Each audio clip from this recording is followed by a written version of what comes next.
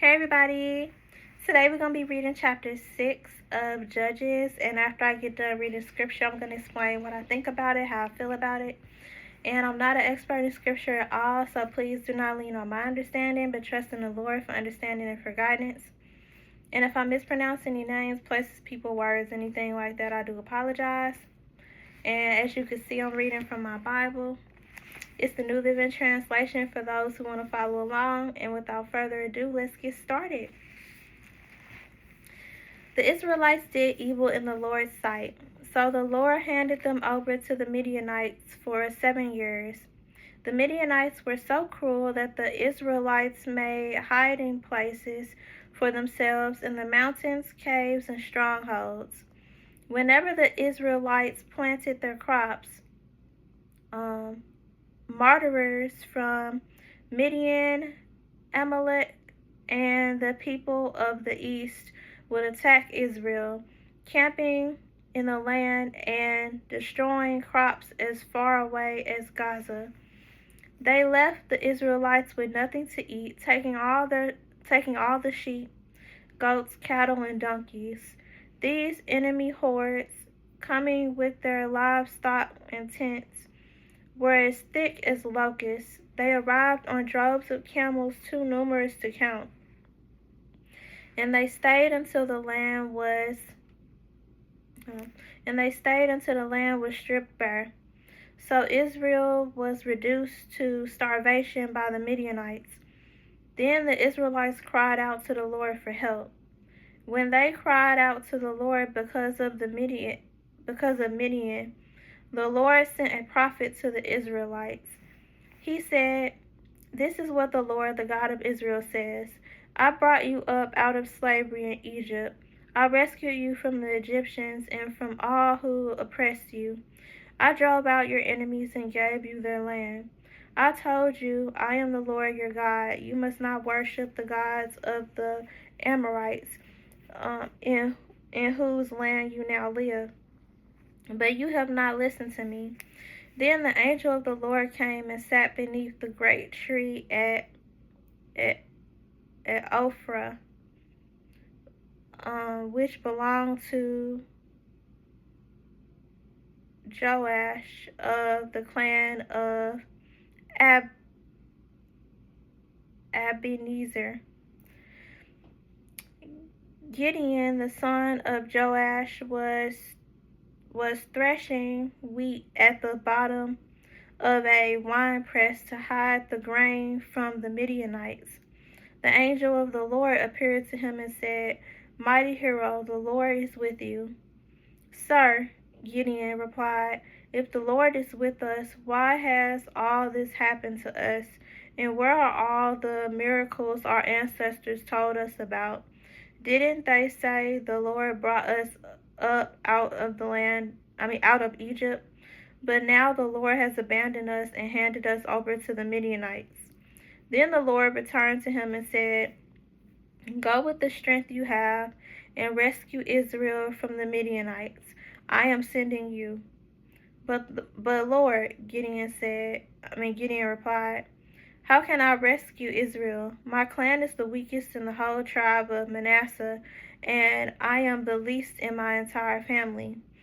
The Lord said to him, "I will be with you, and you will destroy the Midianites as if you were fighting against one man." Gideon replied, "If you are truly going to help me, show me a sign to prove that it is really the Lord speaking to me. Don't go away until I come back and bring my offering to you." He answered, "I will stay here until you return." Gideon hurried home. He took a young goat, and with a basket of flour he baked some bread without yeast. Then, carrying the meat in a basket and the broth in a pot, he brought them out and presented them to the angel who was under the great tree. The angel of God said to him, "Place the meat and the unleavened bread on this rock and pour the broth over it." And Gideon did as he was told. Then the angel of the Lord touched the meat and bread with the tip of the staff in his hand, and fire flamed up from the rock and consumed all he had brought. And the angel of the Lord disappeared. When Gideon realized that it was the angel of the Lord, he cried out, "O sovereign Lord, I'm doomed. I have seen the angel of the Lord face to face." "It is all right," the Lord replied. "Do not be afraid. You will not die." And Gideon built an altar to the Lord there and named it Yahweh Shalom, which means the Lord is peace. The altar remains in Ophir or Ophrah in the land of the clan of Ebenezer to this day. That night the Lord said to Gideon, "Take the second bull of your father's herd, the one that is 7 years old. Put down your father's altar to Baal. Pull down your father's altar to Baal and cut down the Asherah pole standing beside it. Then build an altar to the Lord your God here on this hilltop sanctuary, laying the stones carefully. Sacrifice the bull as a burnt offering on the altar, using as fuel the wood of the Asherah pole you cut down." So Gideon took 10 of his servants and did as the Lord had commanded. But he did it at night because he was afraid of the other members of his father's household and the people of the town. Early the next morning, as the people of the town began to stir, someone discovered that the altar of Baal had been broken down and that the Asherah pole beside it had been cut down. In their place, a new altar has been built, and on it were the remains of the bull that had been sacrificed. The people said to each other, "Who did this?" And after asking around and making a careful search, they learned that it was Gideon, the son of Joash.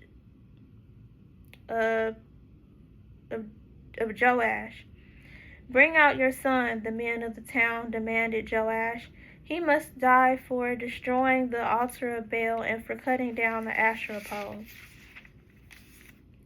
But Joash shouted to the mob that confronted him, "Why are you defending Baal? Will you argue his case? Whoever pleads his case will be put to death by morning. If Baal truly is a god, let him defend himself and destroy the one who broke down his altar." From then on, Gideon was called Jerubbaal.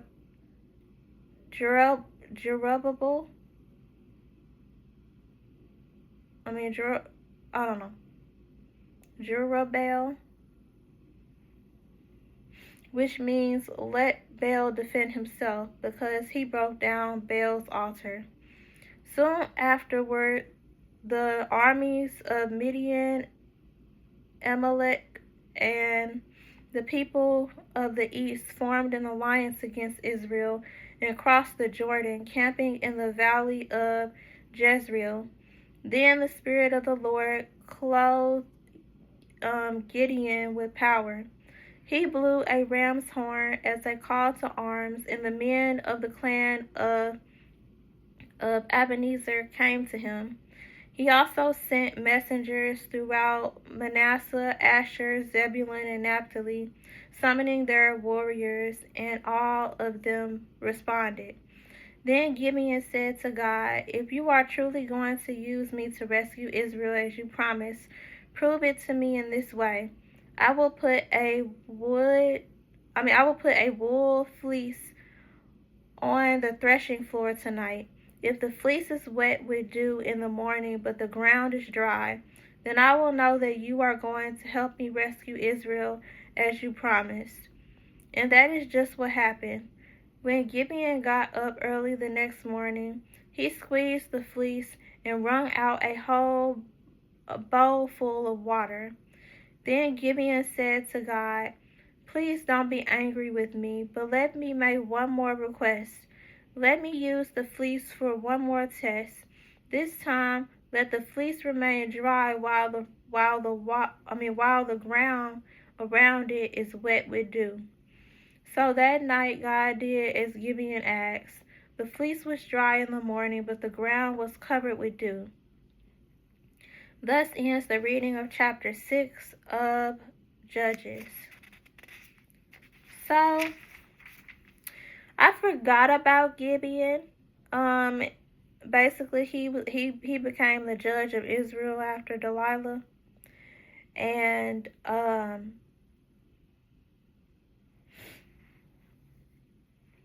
and Gideon, it's like he felt like he wasn't really important, and he felt like he wasn't worthy, to be, this hero, this judge of Israel or whatever, because um, he was from the tribe of Manasseh, um, and his, the tribe of Manasseh, is, the weakest, you know, well, his clan, no, his clan was the weakest clan in the tribe of Manasseh, and then, he was the least of his family, so he felt like, you know, he wasn't worthy, to do, to be this hero, to be this judge of Israel, but the Lord, I love how the Lord he never picks people, um, like he doesn't pick by human standards. He picks based off of character, based off of one's heart, based off of who you are as a person, and whether or not, you're capable, or,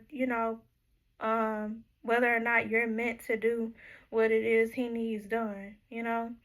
Obviously, there was something about Gideon's character or whatever, you know, um, something about him that made the Lord choose him, you know, like the Lord designed him, for that purpose and stuff. So I love how the Lord uses the least, to do great things sometimes. Because it shows us, people who feel like we're the least in our family or whatever, that we are capable of great things. It reminds me about how who were last will be first, and how who were first will be last, when it comes down, to the kingdom of heaven. And I love how Gideon immediately offered an offering, to the angel of the Lord. Um, and how anything that the Lord asked him to do, he did that. You know, I love how Gideon literally was told to cut down the statue, the image of Baal, and to cut down the Asherah pole, that go with it, and to build an altar, to our heavenly Father, and to offer a sacrifice on it. I love how Gideon did exactly what he was told, but he did it under the cover of night because he was afraid of the people and what they would do to him. He did fear what they thought. Like it reminds me of people today, who love following the Lord and everything, and who will do anything that the Lord tells them to do. But I mean, they are human, and they do fear what other people would think and what other people would say if they follow the Lord and do what it is that He told them to do. It's like sometimes as humans, like we can't escape that feeling you know, of feeling like, what if I, anger these people, like what if I make them upset, like what are they gonna do to me, like I want to follow the Lord, but I also don't, want to upset them. Like I love how Gideon was obedient to the Lord. He just did it at nighttime, so that way the people wouldn't be tripping. Which, that way he wouldn't have to deal with the people, because if Gideon had built the altar, had tore down the idolatry stuff, and if he had built the altar to the Lord and everything in daylight, when the people was awake, and around and stuff, they probably would not have let him do it, and I don't know what would have happened to him. You know what I'm saying? I mean, already, when they found out in the morning, and when they found out that it was Gideon, they already was like, bring your son out. We gonna kill him for what he did. You know what I'm saying? So ain't no way that they would have let him actually go through with the plan if it had been done in broad daylight, you know. But it's like I understand Gideon and why he was afraid of what, you know, other people would say and do. It reminds me of all of the other people in the Bible who had to leave somewhere. They had to leave a place secretly or whatever because of what other people would do to them or whatever if they found out. Like they had to leave under the cover of night secretly or whatever in order to escape. It's just like with Jacob and Laman, you know. Like Jacob had, you know, Leah and Rachel, you know, as his wives, along with their two serpent wives and stuff. And he had all of those children, you know, who ended up becoming, you know, the 12 tribes of Israel. And Laman, you know, Rachel and Leah's father, kept on cheating Jacob and stuff out of wages and stuff like that, and wouldn't let him leave because Laman was literally blessed with all of that stuff simply because Jacob was there, because Jacob was a righteous man. So you know, so Jacob expressed that he wanted to go home. Laman was like, "Nah, you know, you need to stay," basically. And Jacob ended up having to leave under the cover of night. He had to leave secretly because Laman wouldn't let him leave. And then Laman, once he found out in the morning, had the nerve to go chase him down and everything. And the Lord straight up had to tell Laman, "You need to leave my son alone. Like leave Jacob alone." And it was only because of that Laman left him alone. Cause Laman was gonna, you know, Laman was gonna kill him and everything for leaving and stuff. Like Laman was tripping. He truly was.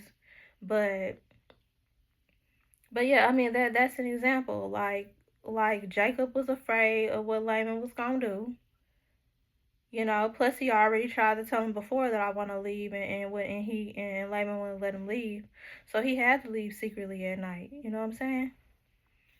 I think even the Lord told him to get up and leave secretly. Like either way, he left, cause the Lord told him to go back to the land, you know, that he promised, you know, his ancestors. So so Jacob had to leave, you know, but Laman wouldn't let him leave. But yeah, it's like sometimes we're afraid of what people gonna say. Like for example, like with me personally, like if the Lord like calls me out of the land of my birth, you know, if he calls me to leave and go to another state, you know, if he calls me to leave my family, you know, to cut off my family and leave, like like I would be concerned about my family and what they would say. I'm not gonna say I fear what they say. I would be concerned about, you know, their actions, like how they would, you know, react to that. Like I wouldn't want them to do no stuff that, you know, like Laman did to Jacob. I wouldn't want them to do nothing like that, you know. And I pray that they don't, you know, do anything like that. Um, but yeah, like I want to do what it is that the Lord is calling me to do. Like I really want to travel and preach, you know, the gospel around the world and stuff. Like that's something that I always wanted to do. And I always wanted to travel, but ever since I gave my life over to the Lord, it's like I want to travel for the Lord now. It's like I want to travel for him and preach the gospel and everything around the world. So, you know, for me to tell my family that and everything, and if I had to like leave them permanently or whatever in order to do that, just like Abraham had to leave his family, all his relatives and stuff in order to go do what the Lord said, just like, you know, Jacob had to leave, you know, in order to do what the Lord said, just like Gideon had to do what the Lord like everybody, you know, had to do what the Lord said. Even the 12 disciples had to leave their families in order to follow Jesus and do what the Lord said, be nomadic evangelists and stuff. So, like, literally, like, if I have to do the same thing, you know, and if I do have to tell my family and stuff before I go, you know, then yeah, I am gonna be a little worried about their reaction. I am gonna be concerned about their reaction, how they gonna take it, whether or not they gonna try and stop me or not. But I know that I got the Lord. I got the Lord. He got my back. He always with me, and he not gonna let them, try and, he not gonna let them keep me from doing what it is that I'm supposed to be doing for him. You know. So, but yeah, it's like I understand. I understand why Gideon did what he did under the cover of night secretly. Because he knew them people. He knew that they was going to be tripping and try and kill him if they wasn't going to allow him to do that in broad daylight with them awake. So that's why he had to do it under the cover of night while they was asleep. Like, he did what he had to do in order to obey the Lord, and I think that that's great.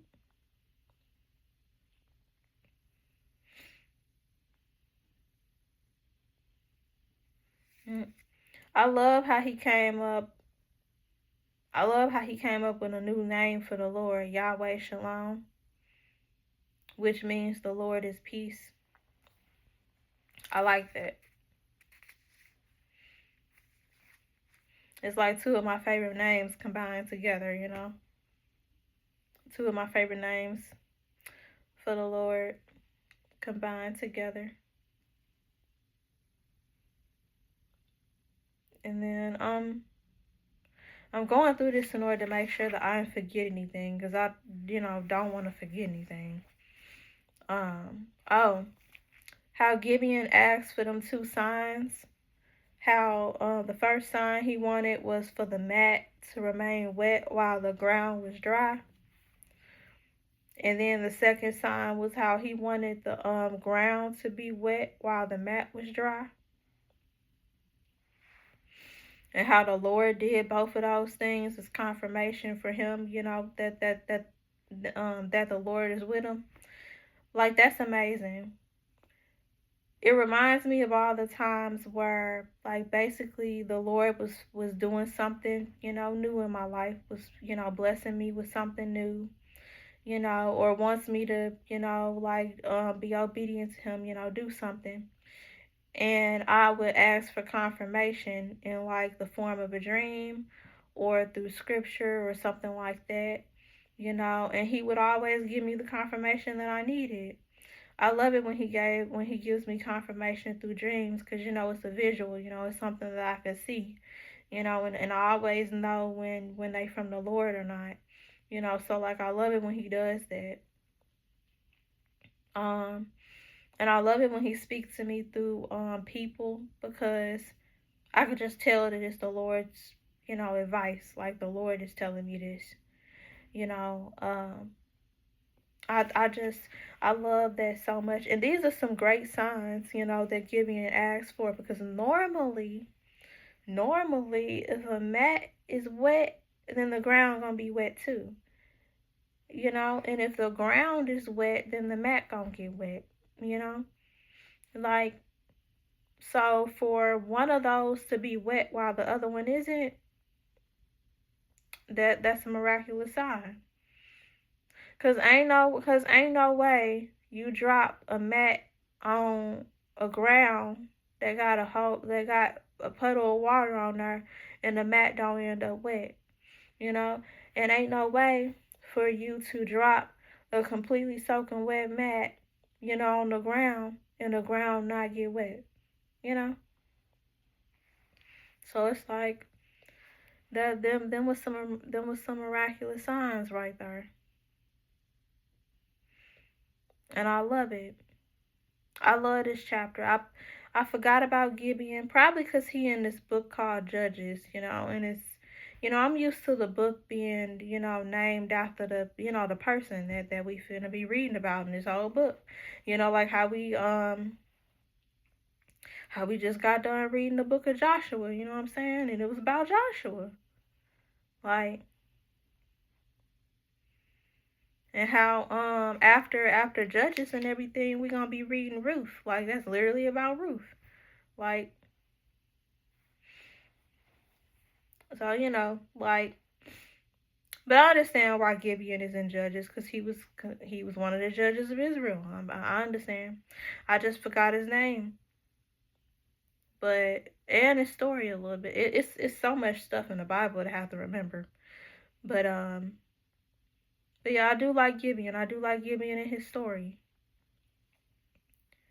But yep, I'm not sure how much longer we get to read about Gideon. In all honesty, okay, like the next couple or a few chapters probably we get to read about Gideon. But yeah, I really did enjoy this chapter. I hope y'all enjoyed this chapter. I love how Gideon reminds me of some of the things that I've done and that I'm still going through.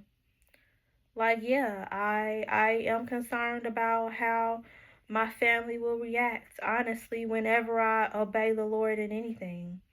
Like when I was called to leave my granny's church and to join 2819 church, I knew that it was going to be a problem, not only from, my granny, but from the church members. Now, certain people at the church, I knew it wasn't going to be a problem because, they truly, were all about me being obedient to the Lord, no matter, how they looked like, no matter what they look like. My granny calls them my fan club because basically they just all for whatever it is that I'm doing, especially when it's, me following Jesus and doing exactly what it is that he tell me to do.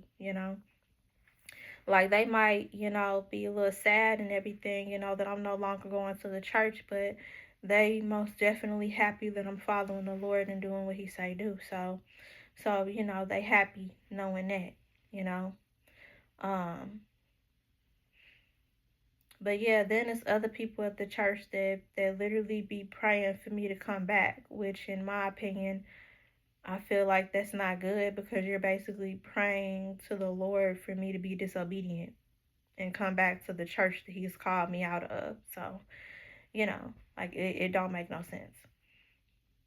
But yeah, it's like my granny and certain members of the church miss me and everything, but I am being obedient and following the Lord and doing what he say do, so they'll be alright. you know. But like my point of that is that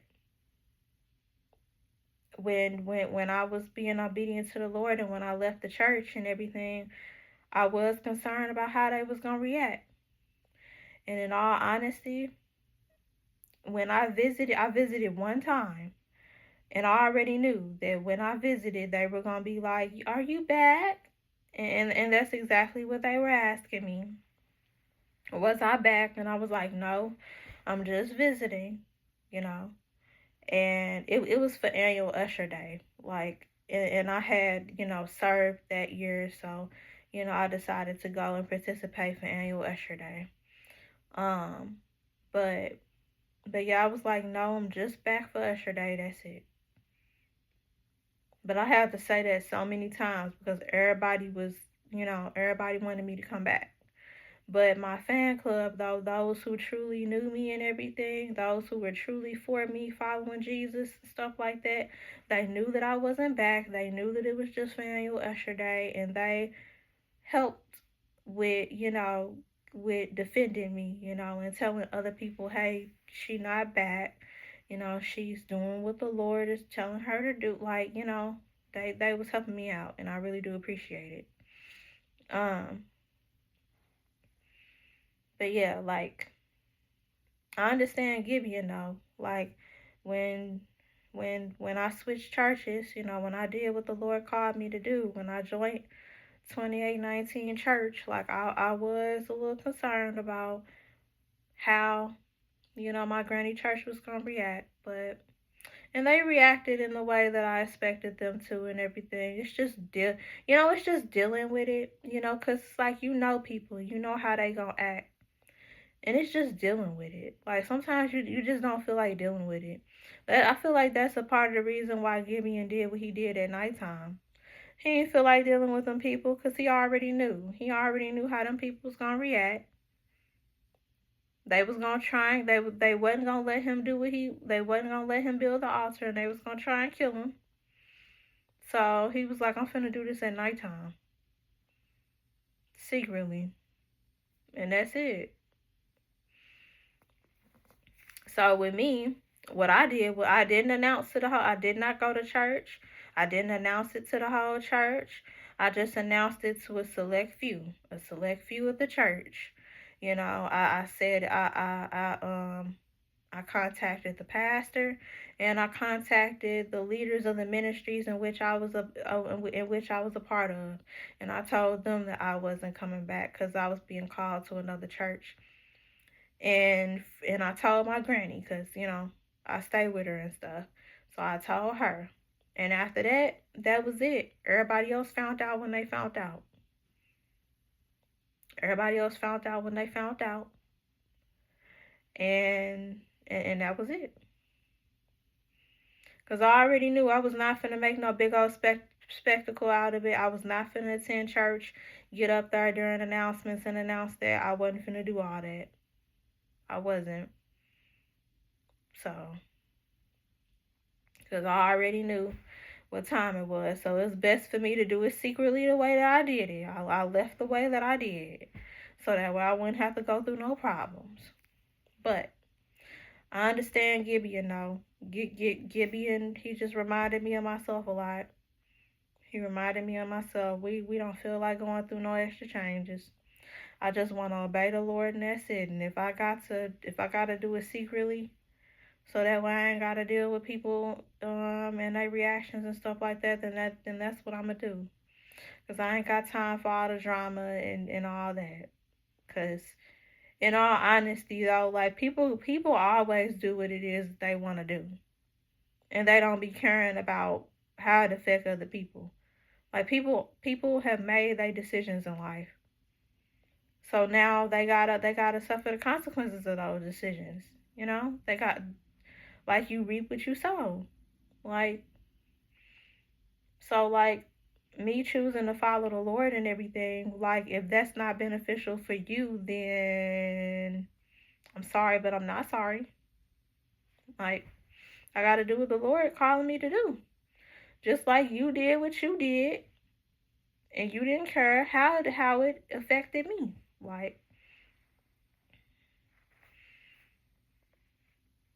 but I'm following the Lord because I love Him and everything. Like, no one will ever know my encounter with the Lord and how He saved me.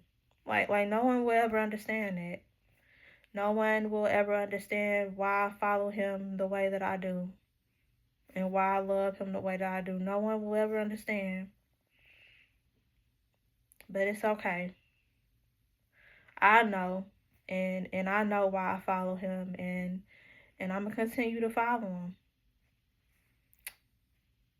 But yeah, that's all I gotta say though. I'm not gonna keep y'all. Thank y'all so much for listening. I truly do appreciate it.